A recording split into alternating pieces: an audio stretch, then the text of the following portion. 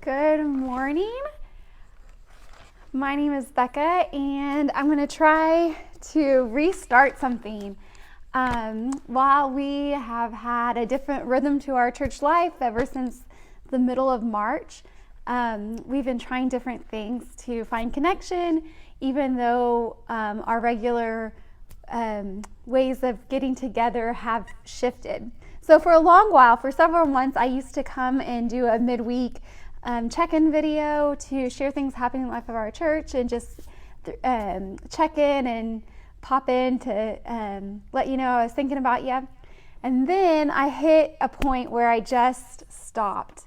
And so now I've been meaning to get back to doing this in a regular way and want to try again. So this time though, I have it designed so that not only will I come on here and give some updates and some announcements, but then also share some other things. So for instance, today, after I give some announcements, Jason Bekah, one of our Worship and Wonder storytellers, who also happens to be our current board moderator, will share one of our Worship and Wonder stories. So if there's any kids around, you can share this with them. It's the second part of the story he shared in worship on Sunday.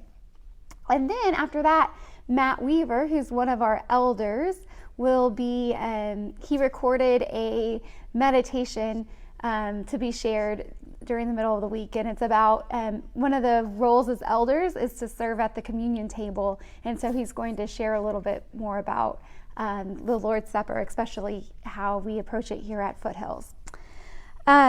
So today is Wednesday, and I want to give a last reminder that today is the final day to register to be part of one of our small groups for the Be the Bridge program. It's a 9-month-long program. We're developing small groups, 4 small groups, to read this book together, but also to follow along this curriculum designed where groups get together once a month for 9 months, and it is to seek anti-racism as faithful Christians for God's transformation in our lives and to pursue reconciliation. And all you need is to sign up for that and then to purchase the Be the Bridge book. The church is going to be providing everyone who participates with a participant guide and all of our leaders with leaders guides. I'm very thankful for how many people who have already registered. We have, I think, really close to almost 40 people that are planning to take part, but there is more still time and more room for you to join in. So we'd love for you to register for that if you haven't already. This Sunday, our elders are going to have their monthly meeting at 1 p.m. after worship. And this month of October, the region that we're part of, the Arizona Disciples region here in the state, has put together a series of weekly opportunities. They're sessions called One Region, Many Voices. And it's happening on Tuesday nights, so you can go to their regional website to register for those, to get access to those conversations. And they're all done in preparation for the regional assembly that is going to be happening on November 7th. And then, let's see what else. We are getting closer to our outdoor worship service that is going to take place on Sunday, October 18th.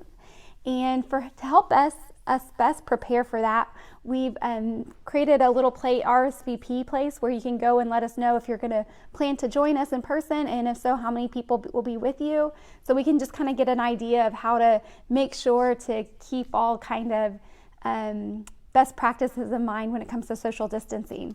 So we are so excited for that, and if you're planning to come, we're going to ask you that you bring your own chair, and to help cut down on us getting the chairs out of the fellowship hall, which are upholstered and hard to wipe down, but it'll limit the amount of touching we'll have to do with shared objects.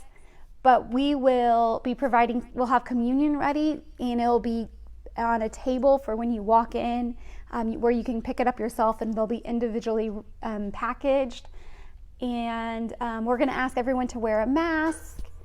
Let's see what else. We're going to be installing shade sails soon in our courtyard to help provide a little bit of shade from the sun.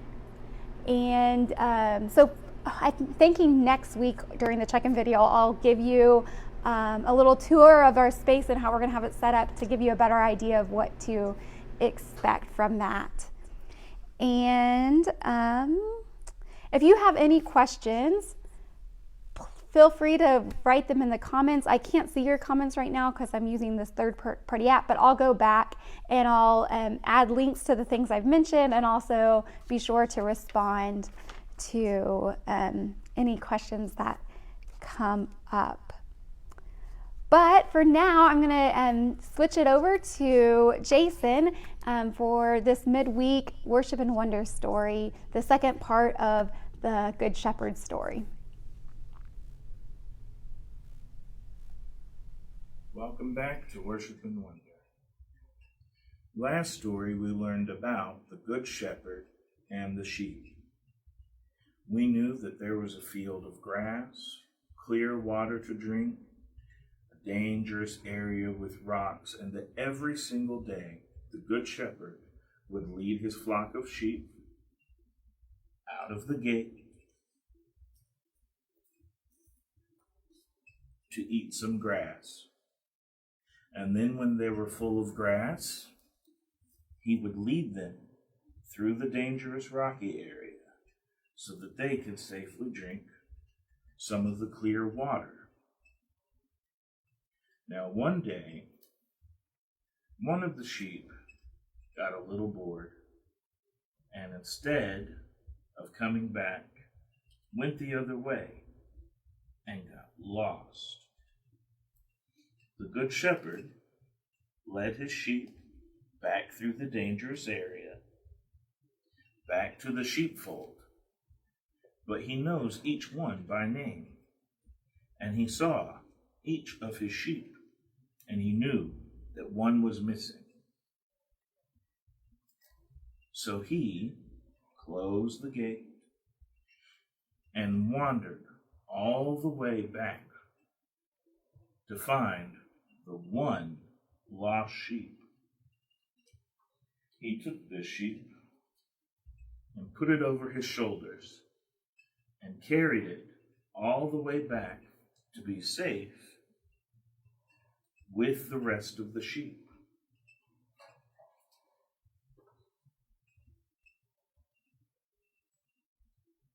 That Good Shepherd is Jesus, and we are the sheep, and he knows each and every one of us by name. And if one of us is lost, then he will do everything he can, and he will find you and bring you back safely every time. I wonder what it was like to be the lost sheep, to feel alone and not know whether or not somebody would help you. I wonder what it would be to be one of the sheep back in the pen, missing their friend and wondering what would happen. I wonder what it would be like if I knew that there was a shepherd watching over me and always making sure that I was safely back home.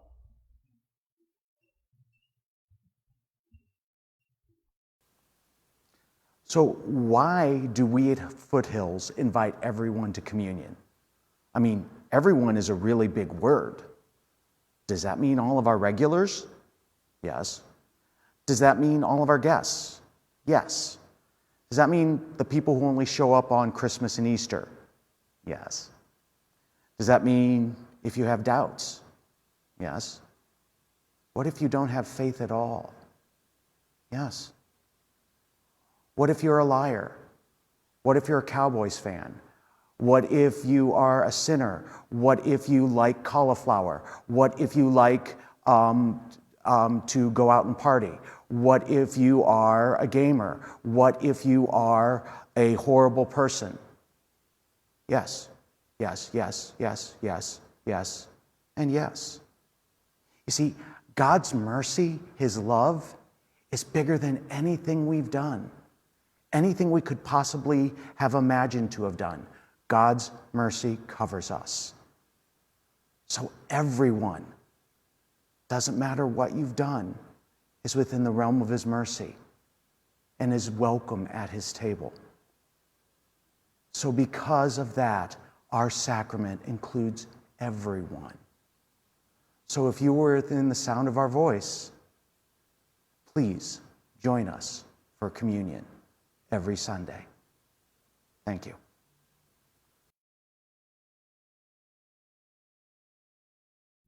Well, I don't know about you, but I am glad Dallas Cowboy fans are welcome at our table. Thank you, Matt, for that message. I am a Dallas Cowboys fan. I have been my entire life. I'm from Dallas, Texas. Even though it's really hard right now to be one, it's a little bit challenging. But you might be hearing our garbage is being, I don't know if you can see through the window, but it's being picked up. That's what all the noise is about at this moment. But there has been a lot of activity. June Donka is our new property chair, and she's been hard at work making sure a lot of the maintenance and just different things around the church property are being attended to. And so every day there's almost something new happening around here. Thank you, June, for your faithful and generous service as property chair right now. So yesterday we had new signs installed in our parking lot, all new handicap signs that had faded, and all the other ones. And then I don't know if you've ever noticed, but on our admin building where our nursery is, there's the I in child care has been missing for as long as I have been here, but it got replaced. So we finally have a complete title on that building. And there's also brand new landscaping rock put in the areas around the courtyard, so things are looking really great around here. And then last thing I just wanted to mention was we're trying something new right now with our elders and serving at the communion table. For a long time, the pattern, we've had a very similar pattern we followed every week, where the elder will give the communion invitation / meditation. Then normally I or Janelle has been, as the pastoral apprentice, has been doing the words of institution, and then the elder goes and does the communion prayer. But we thought we'd switch it up for just a little bit to kind of try something new, and that is the elders are going to be doing the words of institution. And so that's why Matt's meditation was shared during this midweek moment instead. And one of the one of the reasons I was thinking about doing this was, as disciples, we don't have any hard and fast strict rules about how we approach the communion table. And it's not that the pastor is the priest and has to be the one to say the words of institution, and but instead we believe in the priesthood of all believers, and our elders, who often are lay leaders, play an integral role in representing the congregation as an elder at the table. But the other reason was we know we've been taking communion most of the time where we're all apart. We're all in our different places. You're in your living room, someone else might be in their kitchen. And it feels different than when we take it together in the sanctuary. So we might be having some elders who are going to do the words of institution from their living rooms to help reflect what's happening all around our church life with how we're breaking bread together, even though it's not necessarily in that table in the sanctuary, but around our living room tables, coffee tables, our kitchen tables, wherever that might be. All right, that's all for this week's midweek check-in video. I hope you have a great week, and hope to hear from you if you have any questions or concerns. And I'm looking forward to worshiping with you this week, and then the following week I'm looking forward to our first outdoor worship service. And then a couple just other things happening kind of further down the road several weeks later than that. Linda Siegwald is our community life chair, and she is putting together a Halloween activity event for especially our kids, and that's going to be taking place on Friday before Halloween. I believe it's the 30th. So look for details to come out today in our weekly email about that. And then November 1st, a Sunday, is the annual Phoenix Crop Walk. And instead of going downtown and joining with other faith communities to partake in the crop walk, which seeks to raise money to go towards hunger relief around the world and also here in Phoenix, we're going to be doing it socially distanced from one another, and it's going virtual. But churches are going to be kind of doing their own little walks. So I'm still trying to work it out, but that we might be inviting people to go on a socially distanced walk in our Foothills Church neighborhood on November 1st after worship for our own part of the Phoenix Crop Walk. All right, I'm praying for you and praying with you, and hope to connect with you in the week to come. All right, bye.